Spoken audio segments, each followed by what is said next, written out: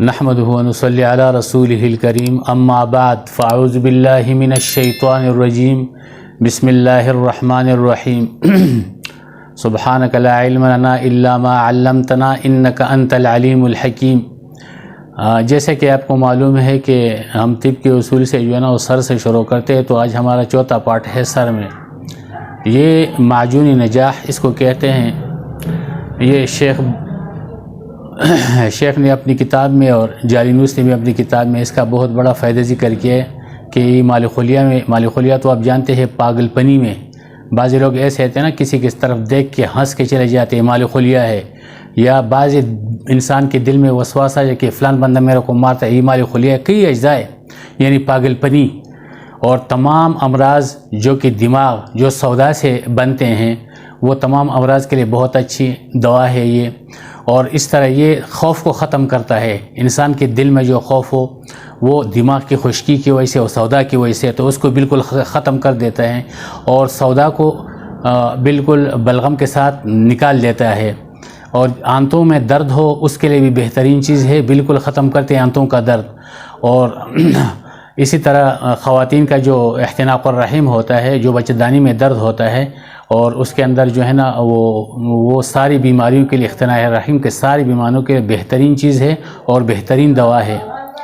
تو اس کے تو صفتیں بہت زیادہ ہیں، لیکن کیا بیان کرنے کے ساتھ پورے ویڈیو بھر جائے گا۔ پاگلوں کو کھلانے سے پاگل پنی دور ہو جاتی ہے اللہ کے فضل و کرم سے۔ پوستی حلیلہ 10 تولہ، حلیلہ آپ کو پتہ ہے کہ یہ مرکب القوا ہے اور سارے سودا اور بلغم کو ختم کر دیتی ہے۔ پوستی بلیلہ 10 تولہ، حلیلہ سیاہ 10 تولہ، یہ تینوں ایک جیسے۔ آملہ 10 تولہ، تربت موصوف 5 تولہ، بسفائج 5 تولہ، افتیمون یعنی آکاش بیل یہ 5 تولہ، استو قدوس یہ ایک بوٹی ہے اور یہ عبرانی میں ہے، اس کا نام اردو میں استو قدوس یعنی دماغ کا جھاڑو، دماغ کے لیے بہترین چیز ہے۔ اور معجون استو قدوس یہ بھی مرکب ہے اس کا، یہ 5 تولہ، اور شہد 3 پاؤ۔ تمام ادویہ کو فردن کوٹ چھان کے اس کے بعد اس کو شہد کو گرم کر کے اس سے جھاگ اتارنے کے بعد جب سرد ہو جائے یہ دوائیں ملا کے اس سے معجون بنائیں۔ بہترین نسخہ ہے، اس سے بڑھ کر بہترین نسخہ آپ کو انشاءاللہ تعالیٰ طب میں کہیں نہیں ملے گا۔ یہ شیخ نے بھی اپنی کتاب میں اس کا ذکر کیا ہے اور جالینوس نے اس کا بہت بڑا صفت کیا ہے۔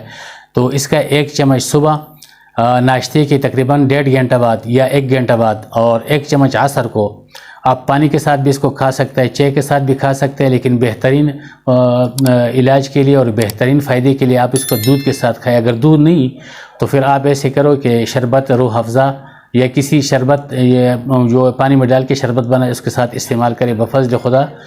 ہر قسم کی بیماری سر کا یہ چوتھا پارٹ جو ہے نا یہ بہت ہی اپنے پاس درج کر لو، لکھ لو، یہ بہترین نسخہ، اس طرح نسخہ انشاءاللہ آپ کو بازاروں میں نہیں مل سکتا ہے۔